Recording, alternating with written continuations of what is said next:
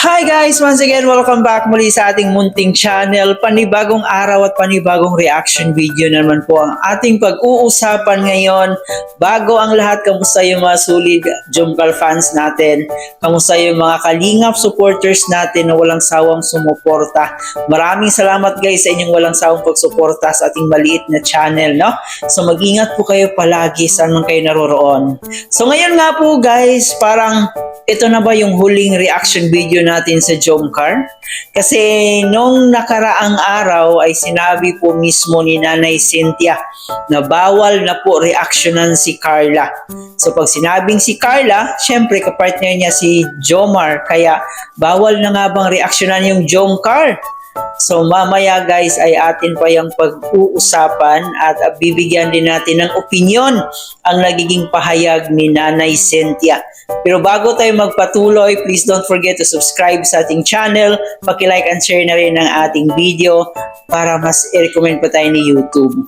At ating suportahan ng ating ama ng Kalingap na si Kuya Bar Santos Matubang, Ate Edna Vlog, and Kalingap Prab. Suportahan din po natin ang mga Keyboys, Kalingap partners, mga charity vloggers sa Pilipinas na tumutulong sa ating mga kababayang mahihirap.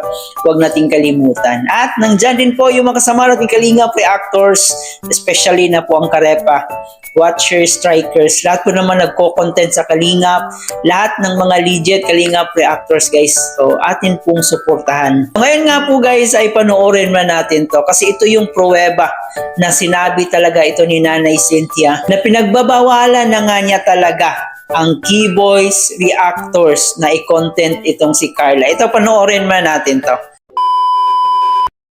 Kasi po kuya, kahit sino po, ako lang naman po na magulang, hindi po ako magtitiwala sa ibang tao kung hindi sariling... Yes, oo naman. Kahit sino po magulang, kaya po na bilang magulang po, baga masakit na yung anak mo palagi, na ano po, depression na yung anak mo sa pag-aaral.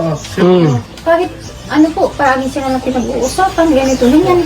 Lahat ng balita na lang pwedeng ibigay, masasamang balita, ibibigay nila. Kaya nga, hindi pwede yun. Magulang talaga, magagalit lang po.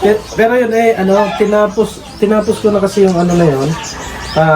Kasi wala talagang walang kwenta kasi yung nag-ausapan kasi wala naman talagang pruweba na ibang lalaki yung mga inaano.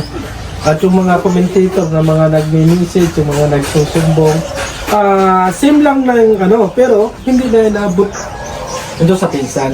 Yun. Wala nang pinsan. Inalis nila yung Pinsan. Opo. Akala basta lalaki lang. Oo, basta lalaki. Yun ang mali doon.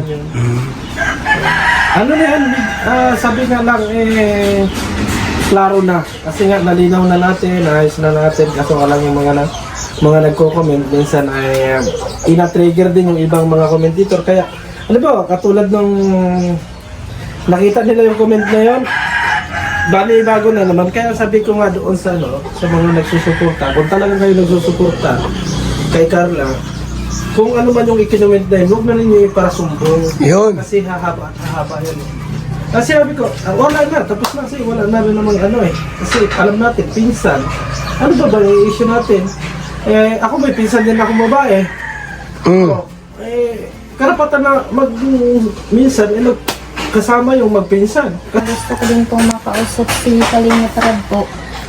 Kasi para sa akin po, gusto ko kung halimbawa pong ibablog yung anak ko, kay Kalingap Prab na lang, ayaw ko na po sa ibang... Tama yan. Ayaw ko na po sa ibang reaktor, ayaw ko na po sino-sinong mga K-boys, ayaw ko na po. Tama yan. Si Kalingap Prab na Baka lang. naman yung anak mo ay nagpapabalag sa iba tapos nire-release pa. Iwan ko lang po. Mabait kasi si Carla. Ang hindi ko po alam. Mabait kasi si Siguro Carla. po, kuya, sa pakikisama na din po na kasama niyan po. Kasi marami dyan mga, iba, malabas, kakain, o kaya mag 7-Eleven or Jollibee. Tapos si Carla, picture tayo. Kaya po, yan nga din po siguro. Kaya yan lang po ang kahilingan ko kay Kalingap Prab.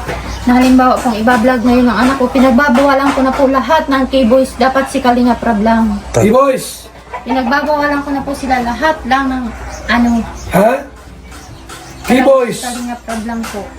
Sino-sino yung mga K-Boys? Kasama ni Carla. Yan o. Sabi ng nanay, wag na. Narinig po natin yung pahayag ni Nanay Cynthia.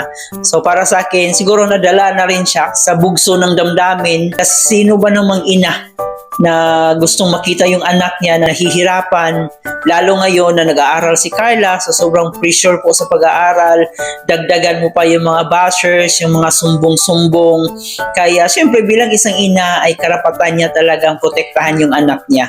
Naiintindihan naman po natin yon. Kasi yung mga nanay, sila talaga yung magpoprotekta sa kanilang anak. Kaya lang, parang naging negative po yung resulta sa sinabi ni Nanay Cynthia. Kasi nakikita natin sa comment section, ang daming nambabash kay Nanay Cynthia, ang daming mga salitang hindi maganda yung binabato nila dito kay Nanay Cynthia. So nakakalungkot lang, no? Sana wag na po nating iba si Nanay Cynthia. Tulad pa ng sinabi natin, siya'y ina lang naman po. At syempre, masakit talaga sa kanya na makita na or makabasa ng mga masasakit na salita para sa kanyang anak. Pero in the other side, about po sa pagbabawal niya dito sa mga keyboys, sa mga reactors, parang na-generalize kasi po yung nangyari. And alam naman po natin na may ambag din yung keyboys, mga reactors dito kay Carla. Alam po ng Jomcar yan kung sino yung mga keyboys na nakatulong din po sa kanila. Kaya may mga keyboys rin nasasaktan dito sa pahayag ni Nanay Cynthia. Pero siguro naiintindihan naman po nila kasi nanay yun di ba? So, yun talaga yung gusto ni Nanay Cynthia. Pero ito guys, lilinawin lang po natin, totoo nga bang hindi na pwedeng i-vlog yung Jomcar o hindi na pwedeng i-vlog si Carla?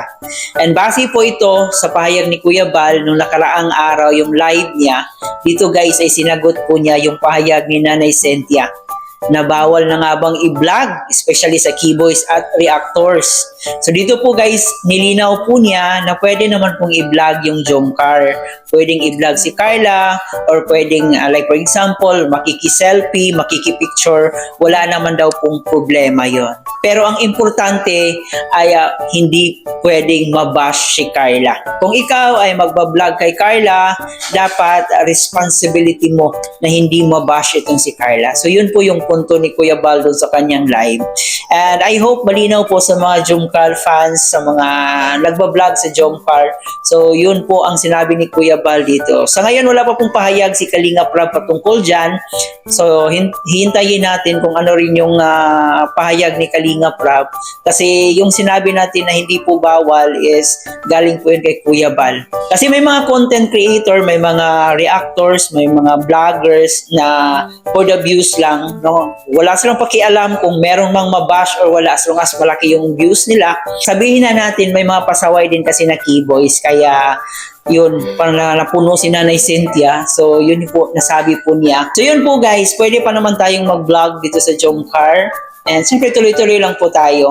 At saka sa mga vlog po natin, wala naman po tayong vlog na parang nababash si Carla. Isa talaga sa pinaka-iniingatan natin na mabash si Carla. Okay na tayo doon sa always good vibes, from pakilig.